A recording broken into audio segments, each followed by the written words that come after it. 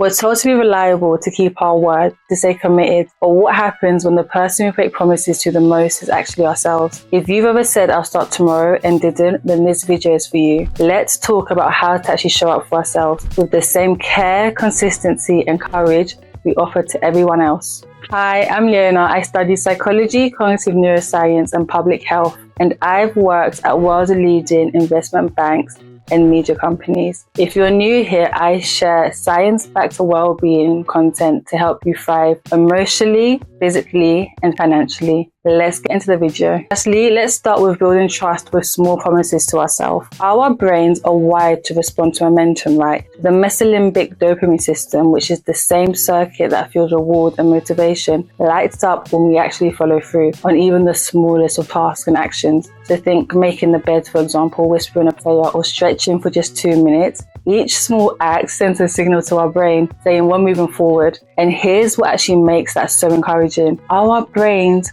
do not care whether the action is massive or small. A deep breath before checking our phone or a short prayer of gratitude can activate the system just as much as a full workout. It's consistency, not the scale, that literally rewires identity. We call these mini promises small sacred commitments that honor our well-being and invite God's presence into our day. When we have them, we're not just checking a box, we're literally showing our brain that we're trustworthy. And with every kept promise, that trust deepens. So picture this, we wake up and we say, before anything else, I'll breathe deeply and thank Jesus for the day. That 10-second pause doesn't just calm our nervous system, it reminds our spirit who's actually in control. So ultimately, it's not the size of the act that actually builds us up. It's the sacred rhythm of actually showing up again and again. Let's move into something rooted in behavioral psychology, which I love. So that's making habits easier by removing the friction. So one of the smartest ways to do this is by using what we call a pre-decided cue. It's like an if-then plan, for example, but even simpler. So instead of deciding when to do something every day, we attach it to something, for example, we're already doing. Let's say after I eat breakfast, I start journaling. That moment becomes automatic, right? So because the brain actually loves routine, it stops asking, should I do this now? And simply actually just follows through the rhythm. This works because each cue removes a decision point. Those tiny inner debates that drain our willpower, the fewer decisions we actually make, the more consistent we actually are, the more consistent we become. And it's not even about forcing discipline.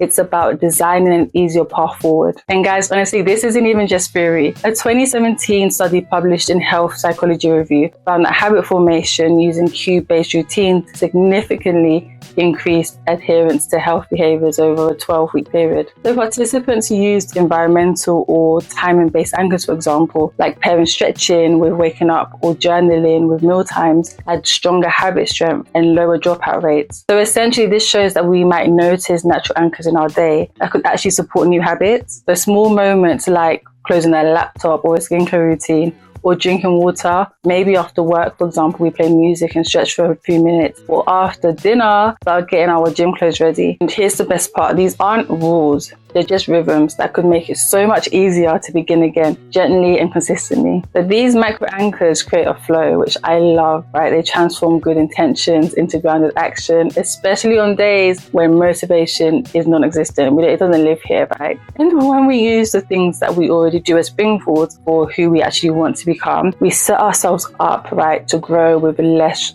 resistance and more grace. So ultimately, let's just remember this, right? When we reduce the weight of starting, we increase the likelihood of actually showing up. So another quiet but powerful shift is learning to gently notice the voice that tells us we're not ready, not disciplined, or not enough. From a cognitive neuroscience perspective, these thoughts are linked to the default mode network, right? And this is the brain's self-referential system. This network becomes especially active during overthinking, harsh self-comparison, and self-criticism. When this network runs unchecked, it can blur our sense of capability and make consistent self-care feel out of reach. But change begins with awareness, honestly. Neuroscience has shown us again and again that even short moments of present focused attention can literally interrupt this overactivity and shift us into more empowered states. Practices like positive self-talk, grounded action engage other parts of the brain, especially the medial prefrontal cortex, which helps rewrite our internal story. For example, some of us may have actually experienced this. So we plan to journal or go for a walk, right? And suddenly that voice beeps in saying, what's the point? That's literally our cue, a chance to pause and answer back, not with force, but with kindness. So something like, actually, the point is I actually matter. And this is me practicing that. So it doesn't need to be loud. Well, it's loud, I just said it. But a sentence, a small step, or a soft breath, even drinking water or stepping outside can be a form of resistance of that critical narrative. And over time, that resistance becomes a new rhythm, one built on self-trust. So the shift literally begins here, right? With how we speak to ourselves when no one is listening. Okay, so this next point I absolutely love, and it's show up with purpose. Now let's talk about the power of clarity, right? So giving the brain a clear why behind the action. So from a neuroscience perspective, the brain is always scanning for meaning, trying to literally prioritize what's relevant and filter out what's not. So when we link a habit to a deeper reason that actually generally matters to us, right? We actually activate what's known as the brain's salient network. So this network helps determine what actually deserves our attention, our energy, and follow through. So rather than saying something like, oh, I need to wake up early, we could reframe it as I want to start my day with intention because I know who I'm becoming. That shift gives the brain direction, and when the brain understands why something matters, it's more likely to help us stay consistent. This isn't about forcing ourselves to find the perfect reason. It's about reconnecting with the quiet truths that already live within us, the values that actually shape who we are. Clarity isn't loud, right? Sometimes it's as simple as remembering that we want to feel energized, peaceful, or present. And when we actually remember that, I'm telling you, the habit starts to feel less like a task and more like a form of alignment. You might even find that motivation isn't always enough. Some mornings will feel tired or distracted, right? But when we reconnect with a meaningful reason, it literally pulls us forward. A stretch becomes a step towards strength. A journal entry becomes an act of emotional honesty. Even drinking water becomes a way of stewarding energy for what God has planned. One study published in Psychological Science, I think that was what it was, literally found that people who mentally linked their goals, right, to meaningful identity statements were more likely to persevere through challenges. When we say this matters because it reflects who I am, our brain tags that behavior as more important. The more we connect our routines to a clear why, the more our brain flags them as relevant. It moves us from I should to I choose to, because it aligns with who I am becoming. If you want to take anything from that point, take this, honestly. What strengthens follow through is clarity, not pressure. And clarity begins with remembering what actually matters to us. Okay, so let's be completely honest here, right? Sometimes we don't even need more motivation. Honestly, we don't. We might actually just need a visual nudge. So from a psychological standpoint, this leans into the principle of environmental cues. So what we see shapes how we behave. I think I've said that before, but it's true.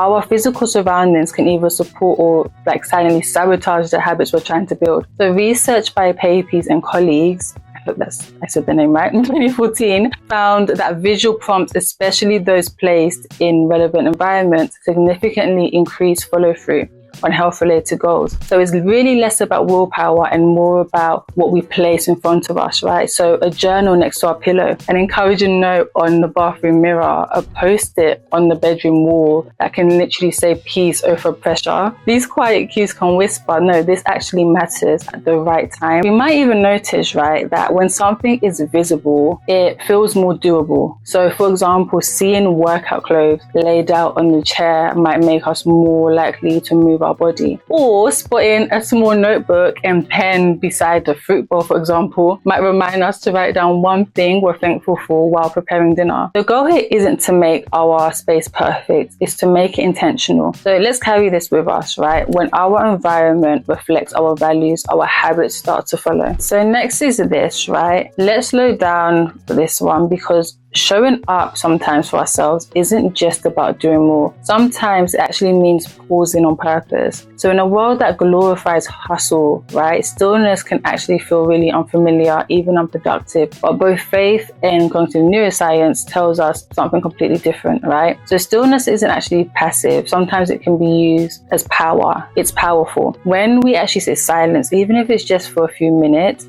we activate the parasympathetic nervous system. So this is the part of the brain responsible for rest and recovery. It slows the heart rate, calms the body and literally clears the mental fog. So in that space, we can actually hear more clearly, sometimes not even ourselves. Sometimes if God wants to reveal something to us, that can be done. So stillness also quiets the default mode network, the part of the brain linked to overthinking, self-judgment and mental noise. So for example, when I choose silence, right, and I especially pair it with prayer or worship, like I'm not doing nothing, I'm actually resetting and I'm reconnecting. So essentially I'm creating room to notice what I need and how I can care for myself with more intention. For me, it can also look like sitting for 3 minutes before I check my phone, for example, or saying something like, Lord, help me to be more present today, or taking a few deep breaths before actually make a decision. These are quiet but courageous acts of self-alignment. We often think showing up requires action, right? But sometimes it starts with actual stillness, the kind that says, I'm actually allowed to rest and I'm allowed to listen. I'm actually allowed to come back to center and really understand who I actually am. So what if the most powerful way to show up today isn't in doing more, right? But it's actually in choosing to pause, reflect, and personally for me, reset with God. The main takeaway from this point, right, is asking yourself, what actually is the most powerful way I can show up for myself sometimes? Is that me choosing to pause, choosing to reflect, choosing to grow deeper in my faith, or doing something completely different? But ultimately, whatever you choose, just understand that sometimes silence and reflecting is a powerful way to show up for yourself. And that ties in lovely with the next point, which is intention, right? So move with intention to show up for yourself mentally, emotionally, spiritually. One powerful way to show up for ourselves, especially when energy feels low, is through movement. Not intense workouts or rigid routines, but sometimes gentle, deliberate motion, right? So cognitive neuroscience shows that physical activity increases the blood flow to the hippocampus, so a part of the brain involved in memory and emotional regulation. So when we move, right, so even if it's just gentle movement, we're not just helping our body, we're shifting our mind. Even just a couple of minutes stretching, walking around the room, for example, or moving and dancing to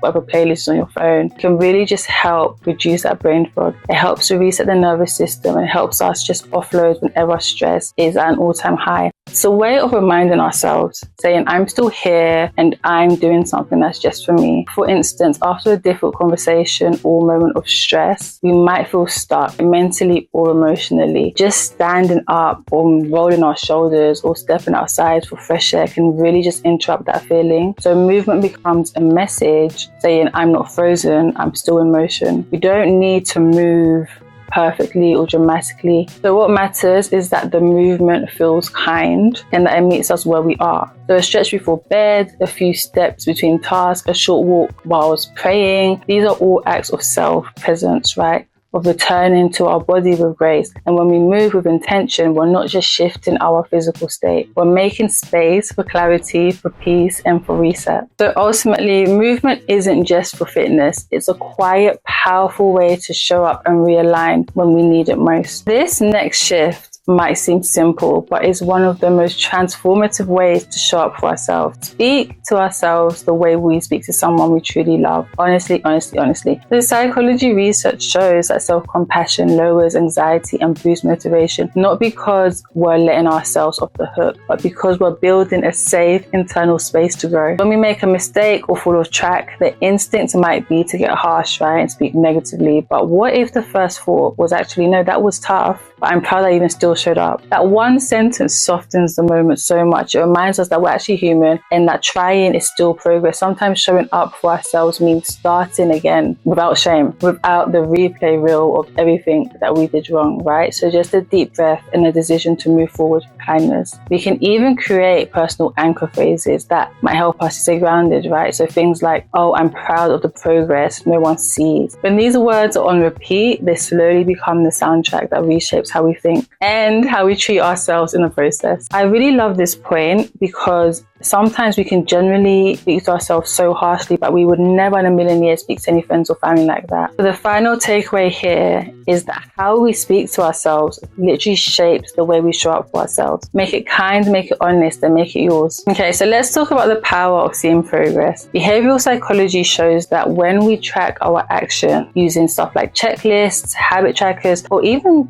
sticker charts. Do you remember when we were younger? We used to do that. So we boost motivation through something called the success momentum effect, right? So our brains register those visual cues as evidence that we're making moves that reinforces our belief in our ability to keep going. It's not about perfection here. It's about creating visible proof that actually we're showing up. Each tick or mark or whatever you use, right, just literally adds as a reminder that I'm doing it. And over time, those moments just stack up into something meaningful. We can keep it low cost and honest, but maybe if it's a notebook where we write down one thing we follow through on, or a calendar on the wall where we cross off when we stretch or journal, eat really well, or keep up with our prayers. Some of us might prefer the notes app, for example, on our phone, or writing just one word each day that really reflects how we showed up. These visual cues become more than reminders, right? They become reassuring. What makes this so powerful, right, is that we're not waiting for a huge milestone to feel proud. We're learning to celebrate the showing up, right, not just the outcome. The fact that we stretched 3 days this week, okay, that counts. We journaled twice even though we felt tired, that counts. Put the phone down to pray instead of scroll, yeah,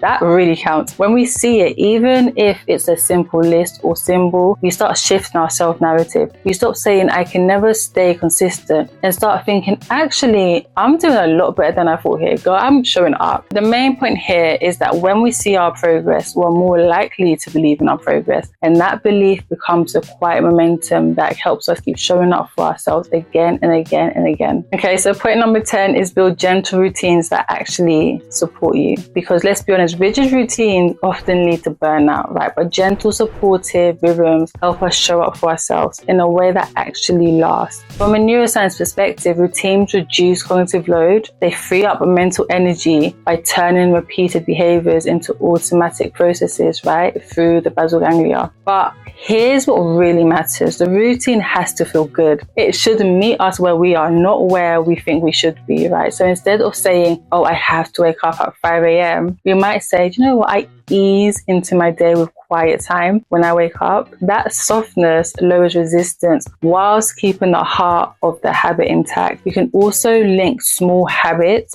into natural rhythm. So for instance, right, putting on nice clothes after an amazing shower, that makes us feel good. Then having a bit of tea when reflecting on the day ahead. Honestly, that becomes one supportive sequence. So when our routine reflects care, not control, we're more likely to stick with it. The goal isn't perfection. It never is. It's literally just creating something that feels grounding, not guilt-inducing. The real consistency isn't about being rigid. It's about creating rhythms that feel like support, not stress. That's how we keep showing up. This is another point that I absolutely love, and it's reflecting at night to close the day with kindness. Cognitive neuroscience tells us that the hippocampus, the brain's memory center, strengthens learning and emotional processing when we review key moments before sleep. This doesn't have to be like deep or long. A few minutes to ask, what felt good today?